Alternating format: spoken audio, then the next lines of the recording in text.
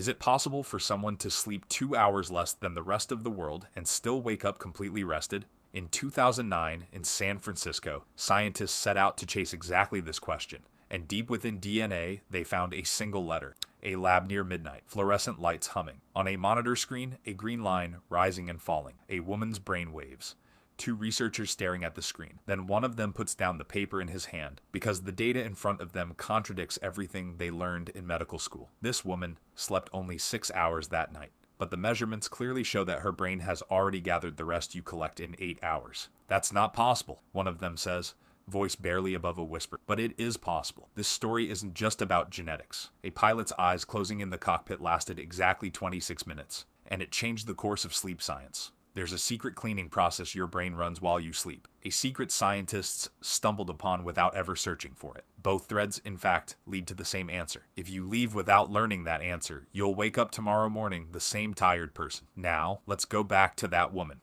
Chapter 1. A single letter. The woman who came to the lab wasn't alone. Her daughter sat beside her. Both of them said almost the exact same sentence. We never get tired. They go to bed around 11 p.m. every night. At 4 a.m., without an alarm, on their own, they wake up completely rested. For years they thought it was just an oddity. Maybe it was a habit. Maybe they were simply disciplined. When geneticist Ying Hui Fu listened to them, she asked herself a different question. What if this isn't a habit at all? Her team began scanning both of their genomes. Weeks passed. Nothing turned up. Then, one night, a single line on the screen turned red. Right in the middle of a gene called DEC2. One letter out of millions was different from what it should have been. It looked like a tiny typo. But this error changed the shape of a protein. And that protein controlled a signal in the brain called orexin, which keeps you awake. When the results were published in 2009, the numbers were clear. Carriers of the mutation slept an average of 6 hours and 15 minutes. Non-carriers slept over 8 hours. This was the first concrete evidence that natural short sleep could be genetic in humans. That night, Fu's team didn't know that this discovery was only the beginning. 16 years later, that same letter would be placed inside a creature far smaller than the human body, and it would produce a result no one had predicted. Chapter 2. The flies that didn't die. Let me tell you the outcome first. These flies lived longer. Now let me tell you how. A laboratory, hundreds of small glass jars, fruit flies buzzing inside. A team sets out with a strange idea. Insert that same human mutation Fu discovered into the fly's genome. The expected part happens first.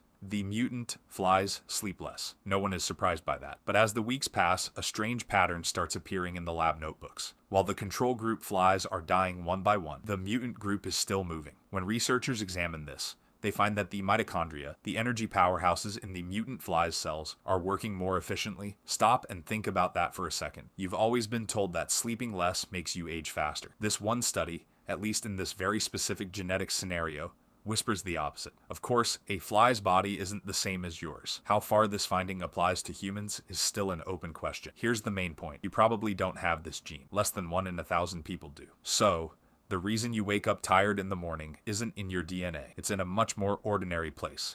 That little device sitting by your bed, ruthlessly waking you up every morning. And that device is playing a much more gambling-like game than you think.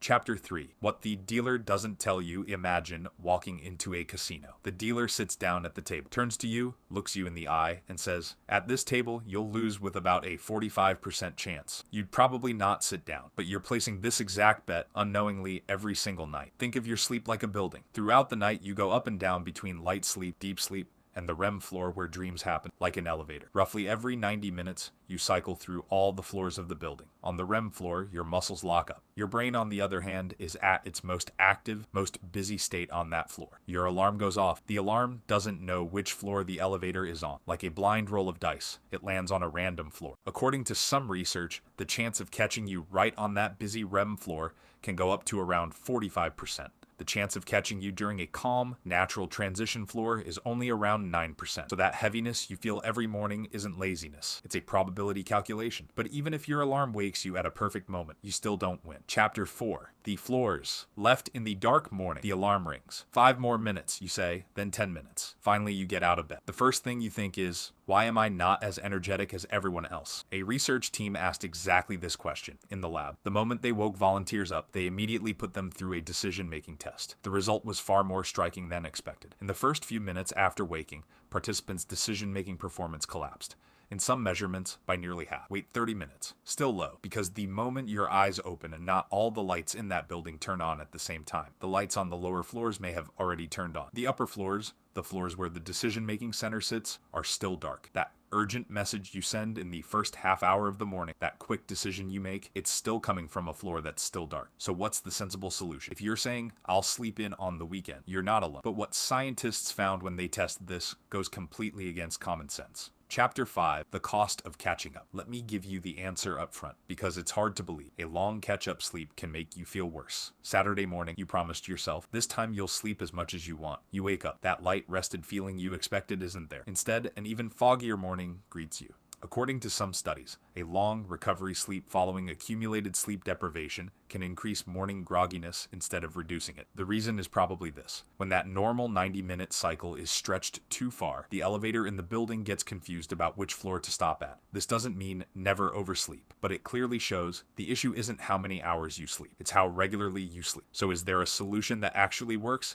There is. And the people who discovered it weren't on the ground. They were above the clouds. Chapter 6. Eyes closing in the cockpit. Picture a pilot in the middle of a flight lasting hours. The lights dim. The instruments blink quiet. Their eyes, against their will, start growing heavy. NASA faces a dangerous truth. On long-haul flights, pilots stay awake for hours, and that means risk in the sky. Researcher Mark Rosekind's idea is simple. Give one of the pilots a controlled, short nap opportunity. The experiment is set up. While one stays in the seat flying the plane, the other is given a 40-minute window. The stopwatch starts. Most pilots manage to sleep for exactly 26 minutes in that window. When the results come in, even NASA's own researchers can barely believe it. This short nap increases the pilot's measured physiological alertness by about 54%, and their task performance by about 34%. Why exactly 26 minutes? Why not 10? Why not 40? Because that duration is just enough to reach a floor that supports memory, but not enough to descend into deep sleep and get stuck there in the dark. The finding was considered so powerful that NASA turned planned cockpit naps into official safety policy. But this story wasn't just about attention. In those same years, in a completely different lab, there was a team that stumbled onto something they never went looking for. Chapter 7. The Secret Under the Microscope. A microscope screen, a living mouse brain, lit in a greenish glow, pulsing. The researchers were actually watching something else entirely. Then, on the screen, a movement appeared that no one had noticed before. A fluid flowing deep into the brain tissue. No one spoke for a few seconds, because there was a question neurologists hadn't been able to answer for years. How does the brain clean its own metabolic waste? In the rest of the body, that job belongs to the lymphatic system. But there was no clear evidence of such a system existing in the brain. Now, by chance, it was right in front of them. They named this system the glymphatic system. Here's the truly striking part. When measured in mouse brains, this system was active almost exclusively during the deep sleep floor. When that floor was reached, the spaces between cells suddenly widened by about 60%, as if a building, cramped during the day, suddenly started breathing at night. The fluid filling these widened spaces swept away the waste accumulated throughout the day, so the building's night shift. But a shift that only begins once the very bottom floor is completely emptied out. One of the chemicals triggering this was norepinephrine, high while awake, low on the deep sleep floor. It wasn't possible for the brain to do both at once. It was either thinking or cleaning. This discovery, it's worth remembering, was made in mouse brains. Evidence is accumulating that a similar mechanism operates in the human brain, but the details are still being worked out. Still, one question hung in the air. As this cleaning finishes, how does your brain call you back? Chapter 8. The Waiting Signal. Even before your eyes open, your body seems to already know something. In the first 30 to 45 minutes after waking, a quiet burst happens inside you. Your cortisol level shows a spike that, according to measurements, varies between about 38 and 75%. This is called the cortisol awakening response. Research found something interesting. This signal is noticeably stronger when you wake up in light than when you wake up in darkness. So does an afternoon nap trigger the same signal? In some studies, this response didn't appear at all during short naps. It only showed up after a full night's sleep. Here's a finding that will genuinely surprise you. Researchers noticed that the morning cortisol response of people expecting something stressful the next day came out higher compared to people waking up to an ordinary day. Stop and absorb this. Your brain may somehow be sensing the day ahead before you've even opened your eyes.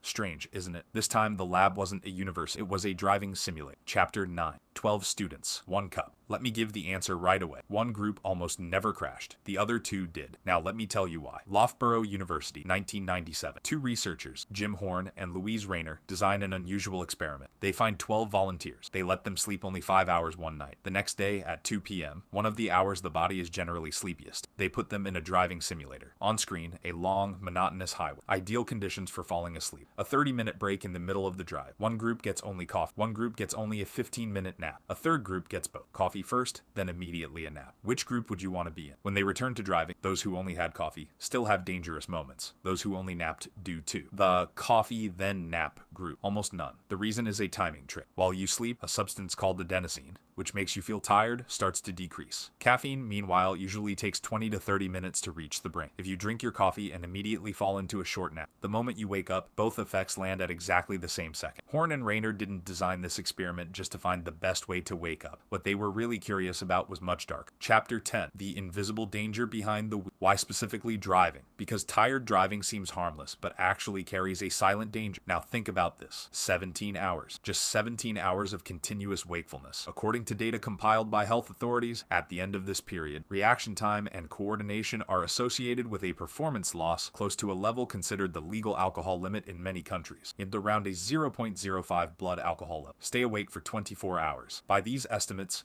you're now at roughly the equivalent of 0.10. The moment you say, I haven't been drinking, I'm just a little tired, you might be in a far riskier state than you think. This is an equivalence estimate, not literally the same physiological state as alcohol. The outcome feels the same. Your reflexes, your decisions are no longer under your control. And that brings us back to the question at the start of the video. Closing, same lab, different eyes. Do you remember that woman? The fluorescent lights, the green line on the monitor, the silence of two scientists who couldn't believe the data in front of them. Now you know, that woman really was different. A single letter in her DNA had shaped her to get by on 3/4 of the sleep you need. When your alarm rings tomorrow morning, maybe you'll still feel tired, but now you'll know it has nothing to do with your character. Because sometimes the problem isn't motivation. The problem is a small alarm waking you at exactly the wrong second. See you in the next video, deep within the neural networks.